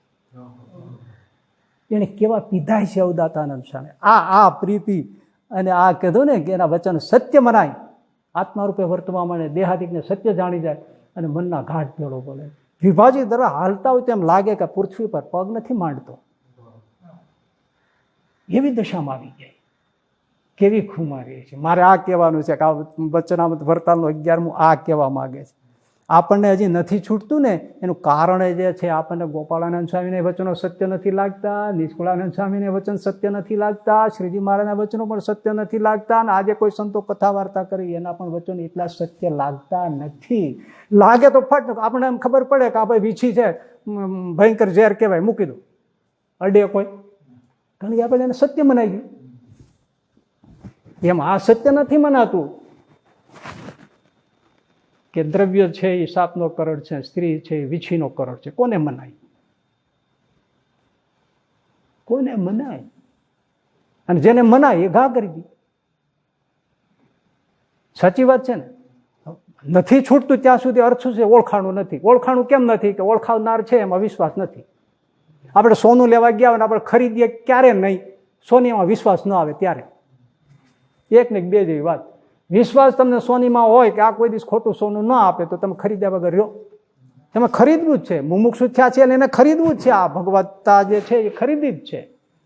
પણ સોની એટલે કે સંતો છે એમાં વિશ્વાસ નથી આવતો, એના વચનમાં વિશ્વાસ નથી આવતો, એ શાસ્ત્રોના વચનમાં વિશ્વાસ નથી આવતો. બોલે છે અમને વિશ્વાસ છે. વિશ્વાસ હોય તો દર્દન ઘા કરી દે. ખોટું સોનાને કોણ પકડે? હે ભાઈ, જો અવદાતાનંદ સ્વામી એમનો એક શિષ્ય હતો, એ સેવા કરતો, એ ધામમાં જતા રહ્યા. અયોધ્યા પ્રસાદજી મહારાજને અહીંયા અમદાવાદ કાળુપુર મંદિરે ખબર પડી એટલે મૂળી આવ્યા. આ મૂળી રહેતા હતા અવદાતાનંદ સ્વામી. અયોધ્યા પ્રસાદજી મહારાજ મૂળી આવ્યા, મળ્યા, બધું થયું. પછી બે પાર્ષદોને એમણે કીધું, લ્યો આ કાગળ, મેમકા ગામ જાઓ, ત્યાં હરિભાઈ હરિભગત છે, એને આ કાગળ આપજો. કાગળમાં અયોધ્યા પ્રસાદજી મહારાજે લખ્યું, આ કાગળ મળે એટલે પરવારીને તરત તમે અમારી પાસે આવજો. ધ્યાન છે સુનિએ. પાર્ષદો મંદિરે પહોંચ્યા, ખબર આપ્યા, ત્યારે એ પોતાને ખેતર કામ કરવા ગયા હતા, ખેડૂત હતા ને એટલે. સાંજે ઘેર આવ્યા એટલે એમના પત્નીએ કહ્યું કે મૂળેથી અયોધ્યા પ્રસાદજી મહારાજે પાર્ષદો મોકલ્યા છે ને તમારા માટે કંઈક કાગળ પત્ર લઈને આવ્યા છે, પણ મંદિરે છે, તમે જમીન પછી જાઓ. તો કે આચાર્ય મહારાજ અયોધ્યા પ્રસાદજી મહારાજનો કાગળ હોય ને શું જમવા રોકાવાય? પેલા પાર્ષદોને મળવું, કાગળ વાંચવું, પછી બધી વાત થાય. આપણે શું કરીએ?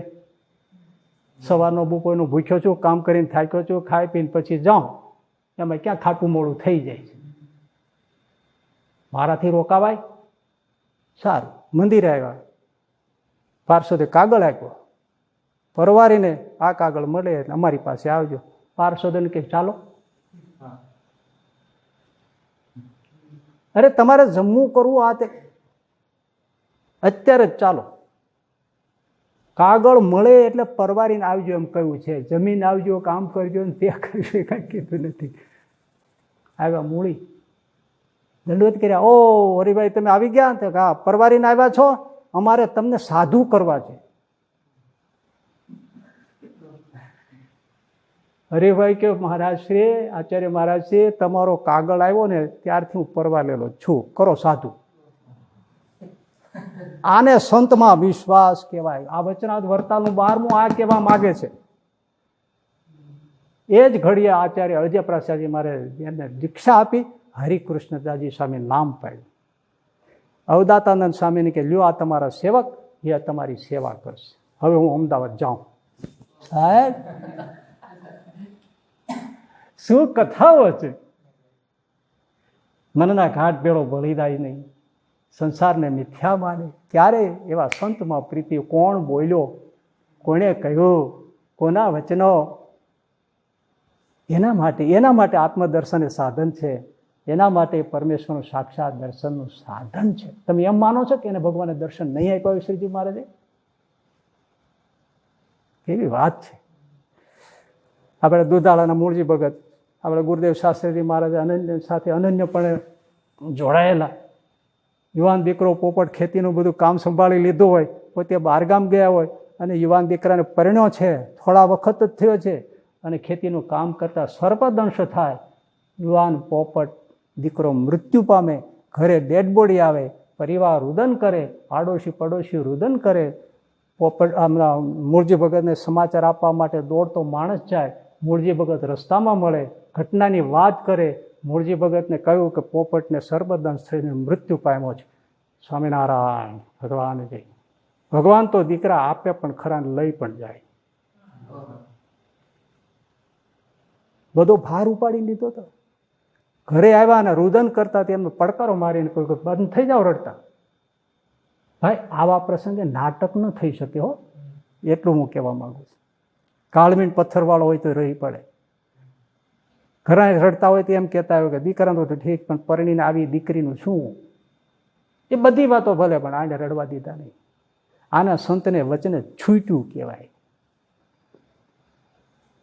એટલે પ્રીતિની ના પાડી નથી સંતમાં, મૂળ વાત છે. પણ શું કહ્યું છે? ભગવાન જેવી પ્રીતિ નહીં. આટલી સ્થિતિ હોય તો ભગવાન જેવી નહીં. અબજી બાપાને એ નિર્ગુણદાસ સ્વામીમાં હેત હશે, પણ શ્રીજી મહારાજમાં હશે એવું ન હોય. હા, એ મર્મ છે આ વચનામૃતમાં. લો ને તમને બીજી વાત કહી દઉં એના જેવી. નિષ્કુળાનંદ સ્વામી ધોલેરા હતા, મંદિર કરતા હતા, વૃદ્ધ થયા હતા, આયુષ પૂરું થવાતું, પોતાના આસને હતા, રાતનો સમય હતો. એકદમ રામાનંદ સ્વામી આવ્યા. એને રામાનંદ સ્વામીનો કેટલો મહિમા હતો એ તમે જાણો છો ને. ભક્ત ચિંતામણીમાં રામાનંદ સ્વામીનું 33માંથી કેમથી જે આખ્યાન લખે છે, 2-3 ચેપ્ટરમાં, પ્રકરણમાં, કેવું ઠાલવે છે ભાઈ. ભગવાનનું વર્ણન કરે એમ વર્ણન કરે છે ગુરુદેવનું. એનું જણાઈ આવે કે આની કલમ આમ દોડતી જાય છે, અટકતી નથી, એમ રામાનંદ સ્વામીનું વર્ણન કરે છે. શબ્દે શબ્દે આમ ભાવ દેખાય. વાંચી જોજો, ન હોય તો તમે ઘરે જઈને. એટલું એને રામાનંદ સ્વામીમાં હેત હતું. એ વાંચતા દેખાય, જીવનમાં દેખાય. રામાનંદ સ્વામી સમાચાર મોકલ્યા હતા કે લોજમાં જોગી આવ્યા છે, બાળા જોગી, તમે જ્યાં દર્શને જાયજો. લાલજી શેખભાઈ કાગળ લખ્યો હતો, ત્યારે ઘેરે હતા. તોય છેક ભુજ ચાલીને ગયા, પણ લોજ ન આવ્યા. પછી રામાનંદ સ્વામી સમજાઈને મોકલ્યા, ત્યારે લોજ આવી નીલકંઠ ભરણી, એટલે ભગવાન સ્વામિનારાયણના દર્શન કર્યા. કેટલું હેત છે એ. નિષ્કુળાનંદ સ્વામી રાતે રામાનંદ સ્વામી આવીને ઓરડો ઉજાસથી ભરાઈ ગયો. રામાનંદ સ્વામી દર્શન દીધા. હરિચરિત્ર ચિંતામણી ભાગ 3 વાત 221 પ્રસંગ લખ્યો છે. નિષ્કુળાનંદ સ્વામી ઊભા થઈ ગયા. વધારો ગુરુ મહારાજ શાસ્ત્રાને દંડોત કરવા પડે. ઓહો, આપના દર્શન થયો, ભયો થયો, ભયો થયો, ભયો થયો. રામાનંદ સ્વામી કે, નિષ્કુળાનંદ સ્વામી, હું તમને તેડવા આવ્યો છું, ચાલો અમારી સાથે. 3 ડગલા પાછા હટી ગયા. સ્વામી, હું તમારી સાથે નહીં આવું. આ ચોખ્ખું કહી દીધું. આનાથી બીજો પ્રસંગ ગોતવા જવા જેવો લાગે છે તમને? મને તો એક્સ્ટ્રીમ લાગે છે. સ્વામી, હું તમારી સાથે નહીં આવું. શ્રીજી મહારાજ જ્યારે આવશે ત્યારે આવીશ. પ્રણામ. રામાનંદ સાહેબ દ્રષ્ટિ થઈ ગયા. સાહેબ, ભગવાનના જેવી, પોતાના ઈષ્ટદેવ જેવી પ્રીતિ કોઈ મુક્ત મોટા સાધુ હોય તો તેના સાથે તેવી ન થાય. એ આ ઇતિ વચનામૃતાયા થાય છે. પતિવ્રતાની ટેક શું કહેવાય? પોતાના ઈષ્ટદેવમાં આવી પ્રીતિ, અવતારોનો આટલો આદર સત્કાર, પૂજન વંદન, પંચદેવો આદિકને માનવા, ભાગવદ આદિક વેદાદિક શાસ્ત્રોને શું કામ માનવા, અવતાર્યને શું કામ માનવા, એ બધી આપણે વાત યથાશક્તિ લીધી છે. એ પ્રમાણે ભગવાનમાં ટેક રાખે, પતિવ્રતાની ટેક છે. આપણે એ પ્રમાણે સમજીએ, એ પ્રમાણે અનુસરીએ. બીજું ઘણું બધું હોય, પણ ક્યાંય આપણે માર્ગે ફંટાઈએ નહીં. મૂળ સંપ્રદાય, મૂળ સિદ્ધાંત, મૂળ જે હરિકૃષ્ણ મહારાજ જે ઉપાસના માટે સ્થાપ્યા છે, એ છોગલાવાળો સહજાનંદ પ્રભુ 2 ચરણ ને 2 ભુજાનો જે આપણો બાપ છે, એ જ ધ્યાનસ્થ મૂર્તિ, ધ્યાન ઉપાસ્ય મૂર્તિ છે. એનું જ ધ્યાન હોય, એનું જ કીર્તન હોય, એની જ ઉપાસના હોય, બાકી બીજું કાંઈ ન હોય. અને તેમ છતાં બધા અવતારોનો માનવા, પૂજવા, એ ભાગવદાદિક શાસ્ત્રોને વાંચવા, સાંભળવા, બધું રાખી પંચદેવોને માને. ભાઈ, આડો ક્યાંય ફંટાય નહીં. એક જ વાક્યમાં વાત કહીને પૂરી કરું. રસ્તો ગમે તેવો સારો હોય એ જોઈને એ માર્ગે ન ચડી જવાય, સાચો જોઈને ચડાય. માર્ગ સાચો છે, સારો જોઈને ન ચડાય, સાચો જોઈને ચડાય. અને સાચો રસ્તો એ આ જે મોટા સંતોએ ગોપાળાન સાહેબ, ગુણાતીતાન સાહેબ, શ્રીજી મહારાજે આ જે બધા નિત્યાનંદ સ્વામી એ બધા જે બતાવ્યું છે, ભક્ત ચિંતામણી, વચનામૃત, આ જે સત્સંગી જીવન, આ બધા શાસ્ત્રો જે બધા છે, હરિલીલામૃત, આ બધા શાસ્ત્રો જે બતાવ્યું છે એ સાચો રસ્તો. આપણા સદભાગ્ય છે કે આપણને બધું મળ્યું છે. વિશેષ સમજણથી એવા બળ સાથે આપણે પતિવ્રતાની ટેક સાથે કહી છે એ પ્રમાણે ટેક રાખીને આપણે ભગવાન સ્વામિનારાયણ, પુરુષોત્તમ નારાયણની ભક્તિ કરીએ, એનું બળ રાખીએ, એમના થઈને રહીએ અને કોઈ એમના સ્વરૂપનો કે બીજા અવતારોનો કોઈ દ્રોહ ન થાય એવી રીતે જીવીને આપણે શ્રીજી મહારાજને ચરણે પામીએ એવી આપણી પ્રાર્થના સાથે અહીંયા પૂરું કરું છું. સહજાનંદ સ્વામી મહારાજ.